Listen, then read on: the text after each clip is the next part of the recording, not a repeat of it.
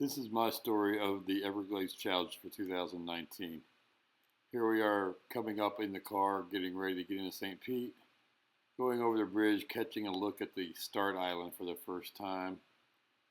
This was up from a very high vantage point. We could see the whole bay. Chip's gonna get it thumped in the head. Here comes 3/5 of the paddleboard group right here. No. We have to see your spot before we can move you to the next station. But I suggest you invest in that. But if you're okay with what you have, I'm not going to fail you for that. This is a suggestion.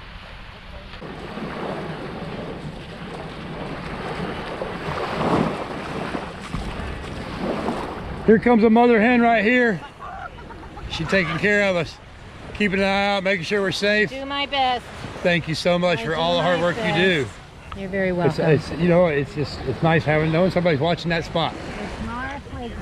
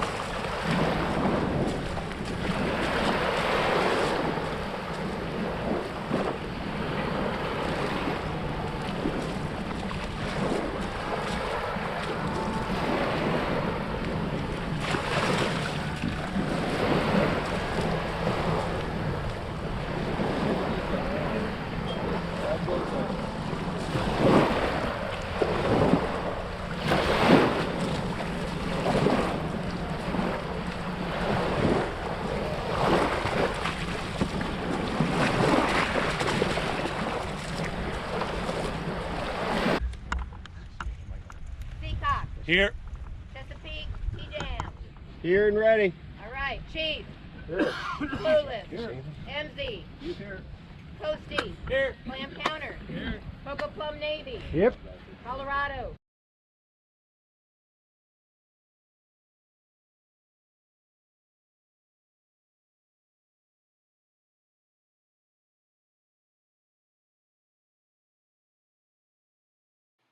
Our goal for the first day was to get as far south as Dog Island, which is just past checkpoint 1.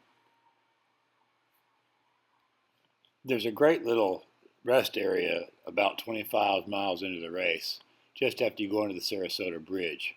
You can get off your board for a few minutes. 300 miles starts now. Oh. Thanks to Bill and Thad for lending us the boards. So 25 miles in, first brake stop. There's the Intercoastal over there. I'm just south of Sarasota. You can see Sarasota in the background there. Fleet's pretty spread out at this point. Josh took a flyer, he's up ahead. He's on a mission and he looks like he's doing pretty good right now. I'm in second. I'm not sure what happened to Chip. I lost him in Tampa Bay. So first 25 miles in, it's pretty tough. We had about a 10-mile-an-hour headwind the whole way. Sloppy seas, lots of traffic on the water. Lots of boat traffic, big boats, little boats, sailboats and little tiny boats, and a couple of paddleboarders. Day 2. Had a nice campsite on Dog Island, right next to the old rail trestle. Still flat waters. Hoping to make some progress down through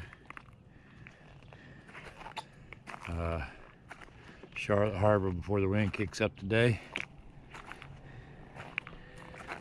Today's goal was to paddle from Dog Island across Charlotte Harbor while it was still light winds, then down along Pine Island, and then past Fort Myers Beach and into a small island called Bowtie Island, which I camped on last year.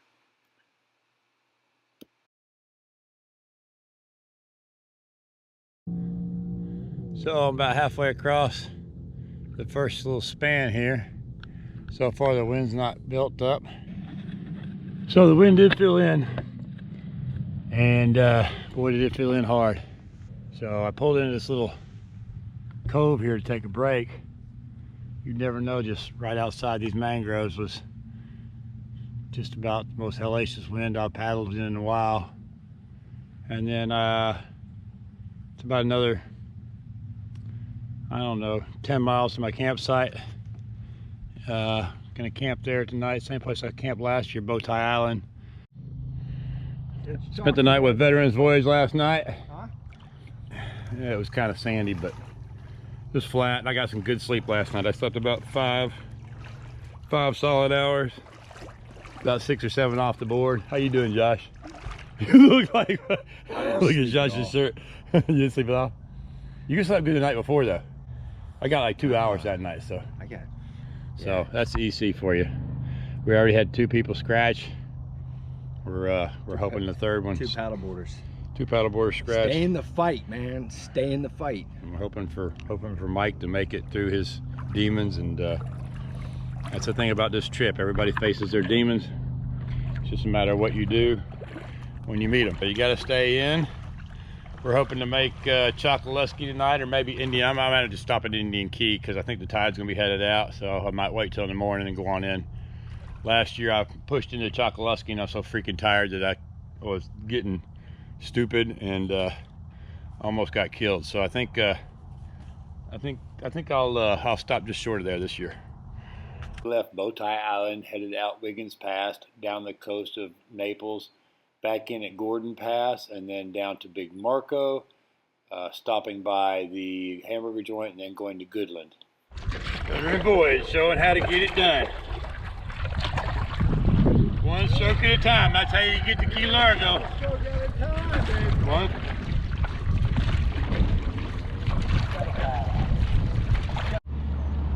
Little bridge here, heading through the Wiggins Pass. Coming over here to have a look at the ocean, see what it's going to look like for the next leg, which we have to be on the outside going down to Naples. Veterans Voyage. Hey Josh, what do you think? I think we're going to have to go out a little ways, huh? Yeah, I think the further we get out, the bigger it'll be, and it'll be nicer. Yeah. 14 miles, 1 mile an hour. 14 hours. We'll be there. See you next week. We'll be there tonight. We can look at the map 1,000 times, it doesn't say any better.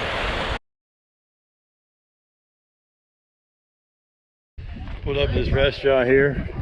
We gotta wait about an hour for the tide to change, and that'll make it perfect for us to get up to Goodland.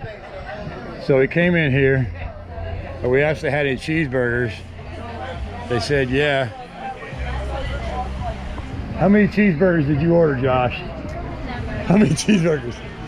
1. That's all you ordered. That's it. Here. 1 for here. 7 to go. 3 to go. 3 to go. I think she's getting you 4 for here and 3 to go. We'll put them all That's in my rucksack. keto for you. I'll put them all in my rucksack. 4 cheeseburgers. protein, man. 4 cheeseburgers, no bun, and all the lettuce and tomato that you can stand. Oh, and throw on some mayo too. Hey, and look at that. A little bit of civilization here. Good job so far. We're halfway. What's this, day 3, day 4? Today's Tuesday. That must be day 4. Lose track of days, that's awesome. Had a pretty decent little sleep here on this dock here last night. We're in Goodland, and we're gonna ride the last of the tide out.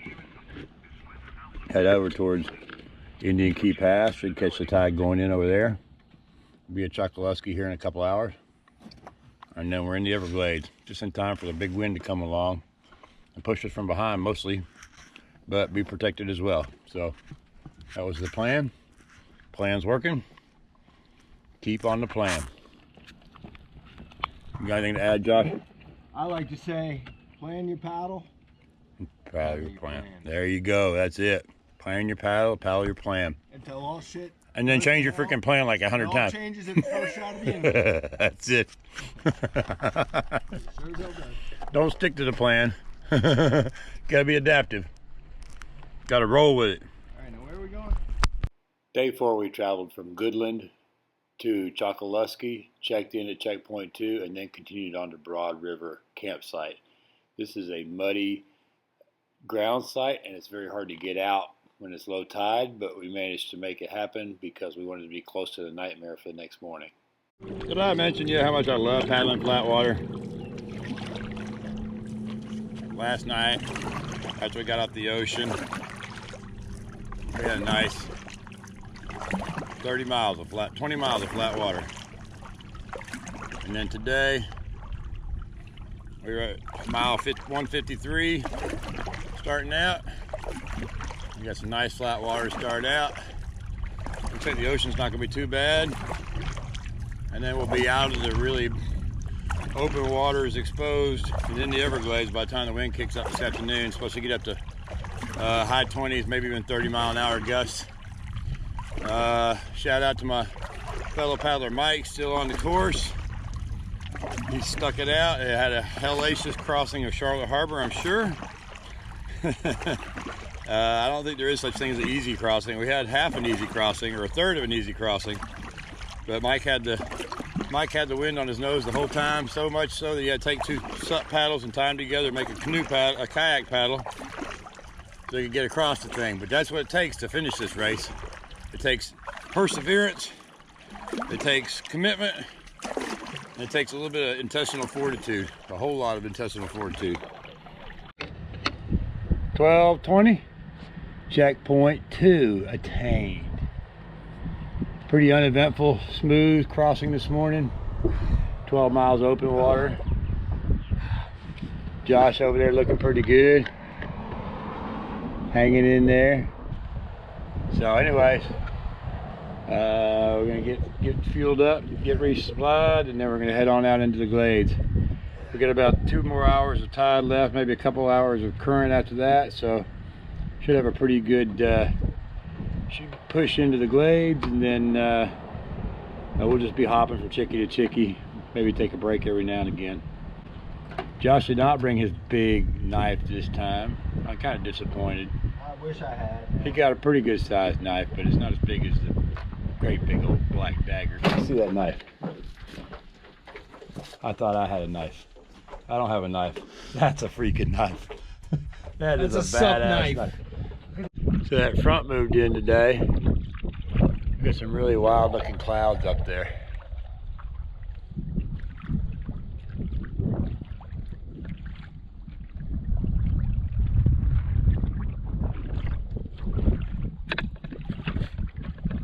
And it's just getting to be sunset. Okay. All right, going through the glades at night. Oh. There we go. There's Josh. I can't even see it. You know, I'm shining on those trees. I don't see it on my screen. I don't know if it's going to come through or not. Shadow. Freddy Krueger. Right through the freaking alligator trails. We ain't scared. It's tight in here. Spooky, but all good. Today's day 4, Wednesday morning. We spent the night last night in Broad River campsite. We spent the morning this morning. We got here about 5:30, 6 o'clock. It's about noon now. We're going to be heading out in a few minutes. Quite a drop off into the water, so it's pretty tough getting out of the water last night. Had a really rough night last night. The wind was blowing crazy. I kind of got cold. I fell in a couple times. Got pretty cold. Luckily, I got Josh here to keep an eye on me and make sure I didn't do anything stupid. I was getting a little loopy, but we reined it in. I stopped for a 5-minute nap on the board. By the time I started dreaming that I was floating away, I woke up. Let me do a reenactment.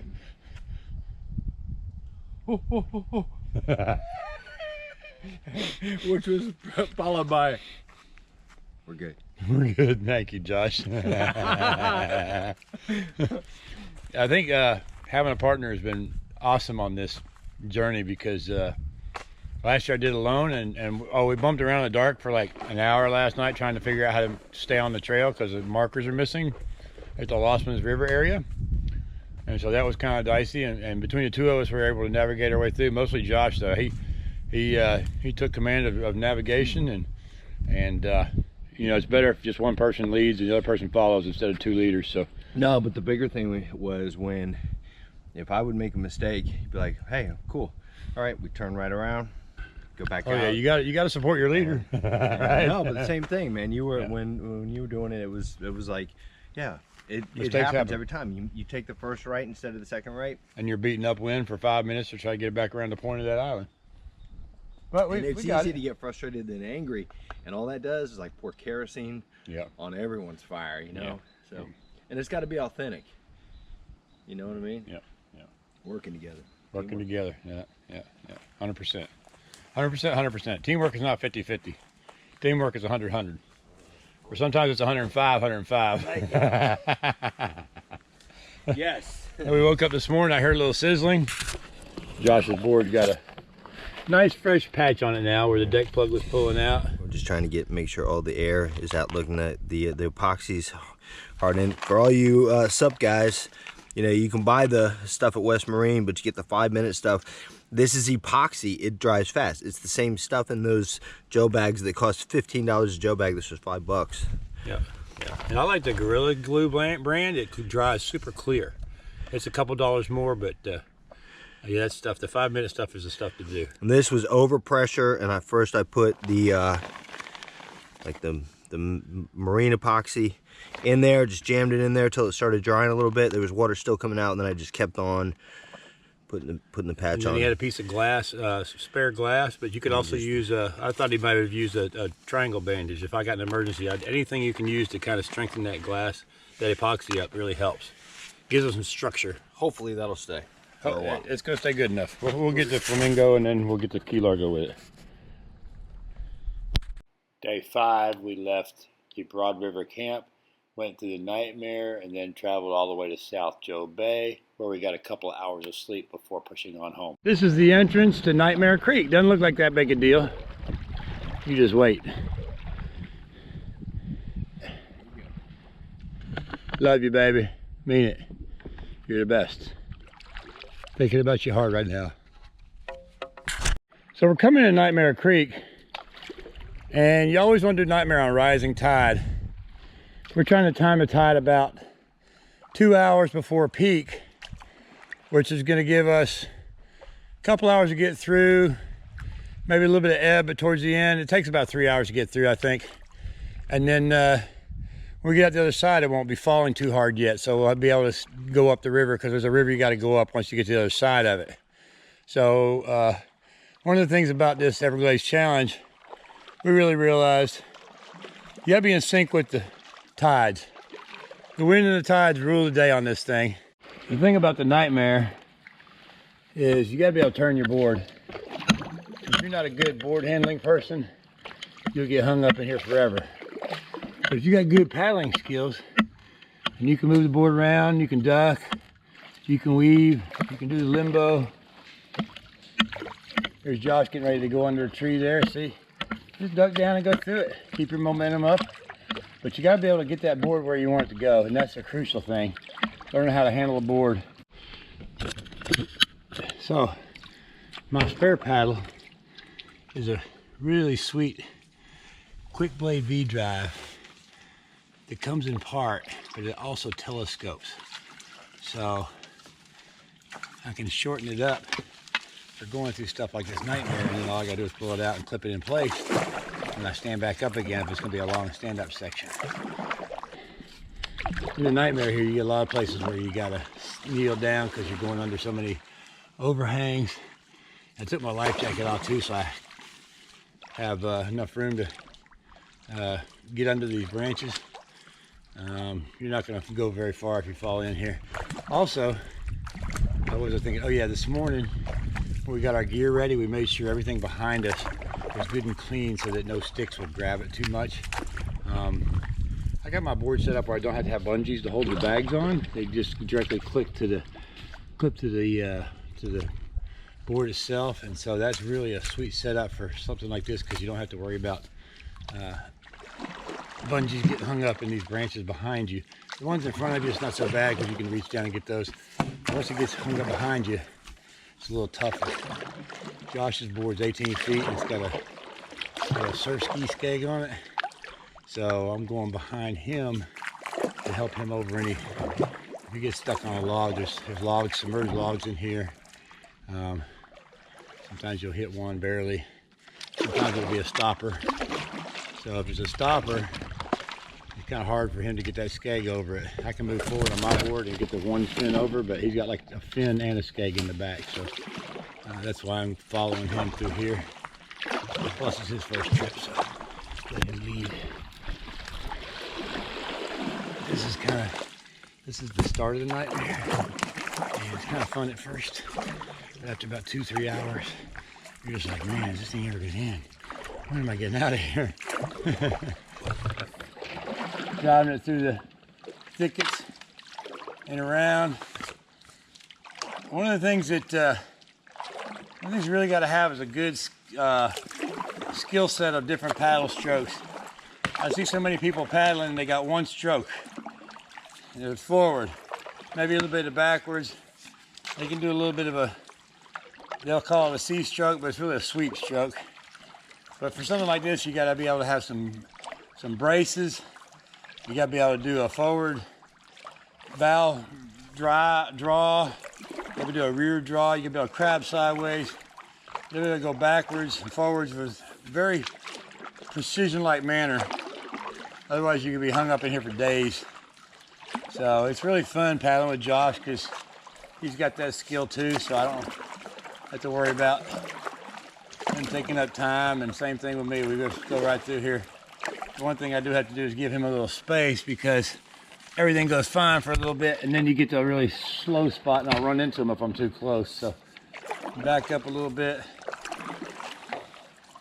That way I have time to stop this board, because this board doesn't stop as quick as a shorter board. I just love how beautiful this place is. Look how tall and straight these mangroves are growing. That's incredible. It's not all nightmare. Some of it's kind of dreamy. Makes you wonder if you missed a turn. Whoa, watch that one there.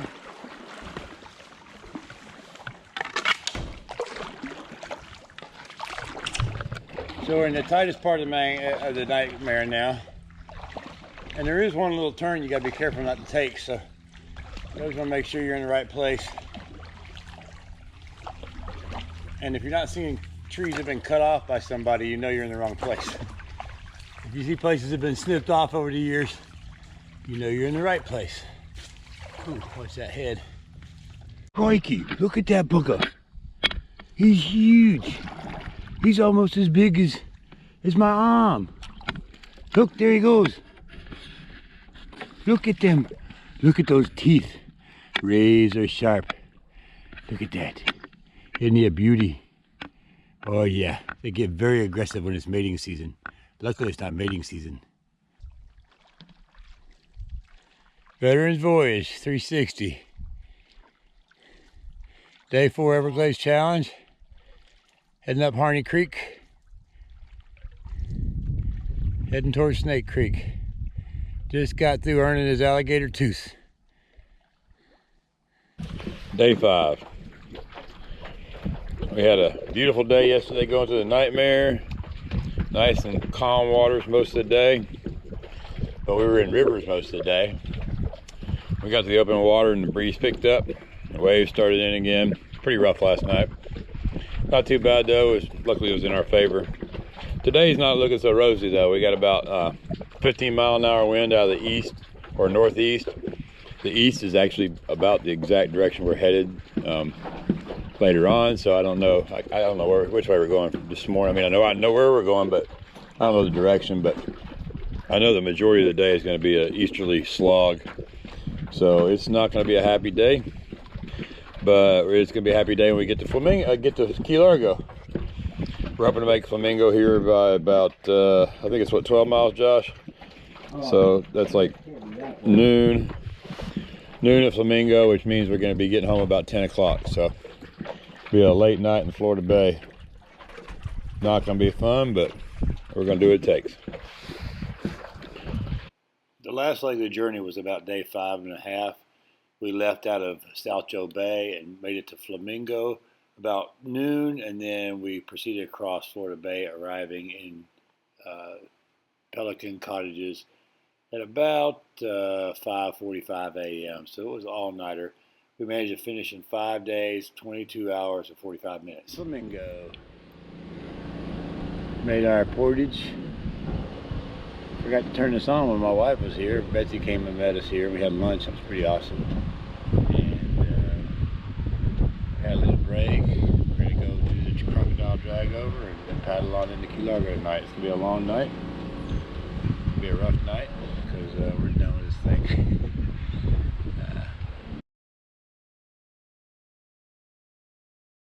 So we're crossing Florida Bay, and the wind's blowing pretty good. We made it to the first little 8-mile stop here. Reconfigure our gear and everything. Here we are pulling into the Pelican Cottages, and we had our boards touch the ground at exactly the same time. So we had a dead tie. We're now the only 2 people who have finished the Everglades Challenge twice, out of a total of 4 people who have finished it at all times.